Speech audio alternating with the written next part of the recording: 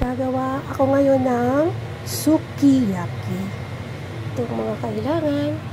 Simple lang. Hindi na kailangan ng marami. Ito ang pinaka-importante naman dyan. Yung, ang tawag dito, Chinese cabbage. Dito lang sa Japan, ang tawag dyan ay hakusai. Panasan po muna natin na konting oil.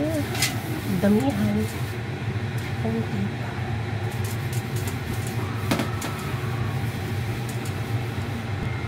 Okay po, mainit na. Kaya, ilagay natin yung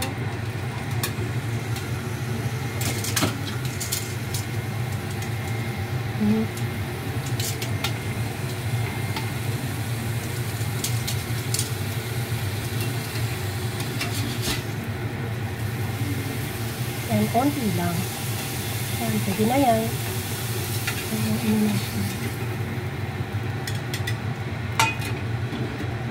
Konti lang. Ganyan lang po.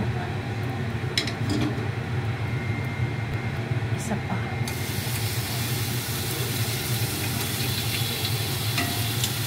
Para pag nilagay mamaya sa mga kasama ng mga gulay, hindi siya dikit-dikit. No?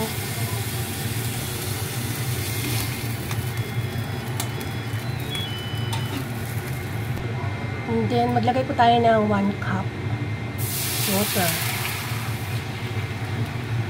Pakulin lang po natin yan.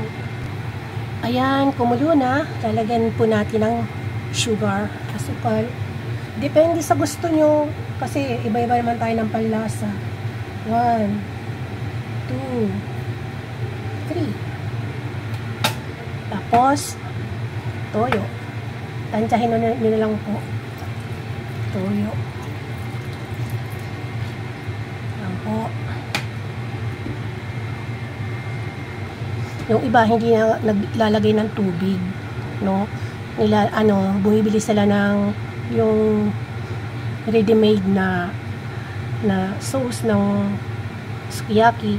Hindi na nila nilalagay ng tubig yun. Naku, napakaalat naman po. Na-try ko na. Kaya ito, version ko po ito kasi marami pong klase ng luto ng iba-ibang klase ng style ng pagluluto ng sukiyaki. Ito po kasi version ko lang po ito. Ayan, tingnan natin kung anong lasa bago natin ilagay yung mga sangkap. Okay na. Medyo maalat ng konti pero pag nilagay niyo naman po yung lahat ng mga sangkap, mawala na po yung lasa niyan. Unahin natin itong shirataki. Ayan. Ganito natin.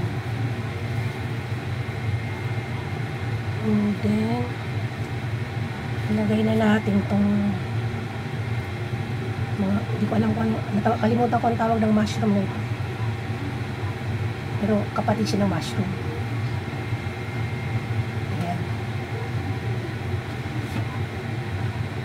Ilagay na natin lahat pa isa-isa. Ayan, ayan.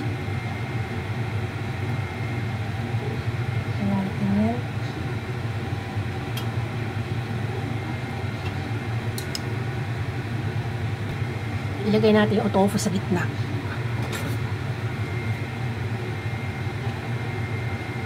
Ayan.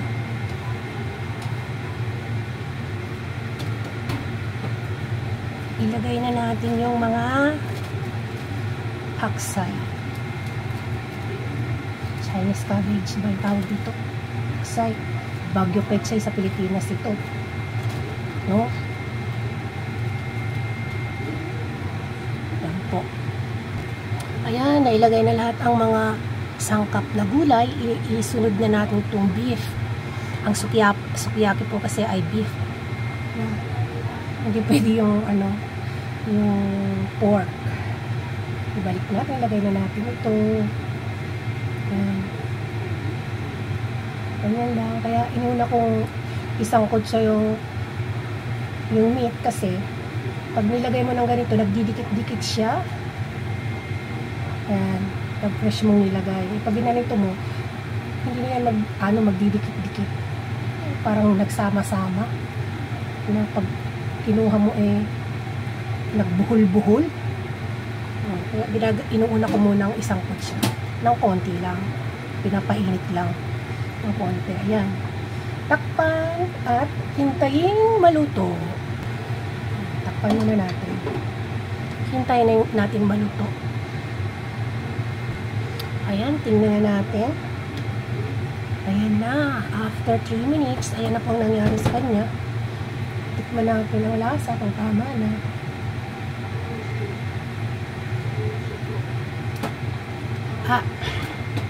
Nagdagan ko ng konting asukal. Ayan. Kasi pag ang sukiyaki, alat lang. Lahat ang alat lang matitikman mo. Hindi po pwede. Kailangan matamis po ng konti. Manamis-namis po yung maalat na manamis-namis yung sukiyaki. Ayan, ito na po siya. Ayan, okay na. Ayan po, luto na. Kainin na po. Thank you po, Lord. Sa biyaya. Salamat po sa panonood. Bye-bye.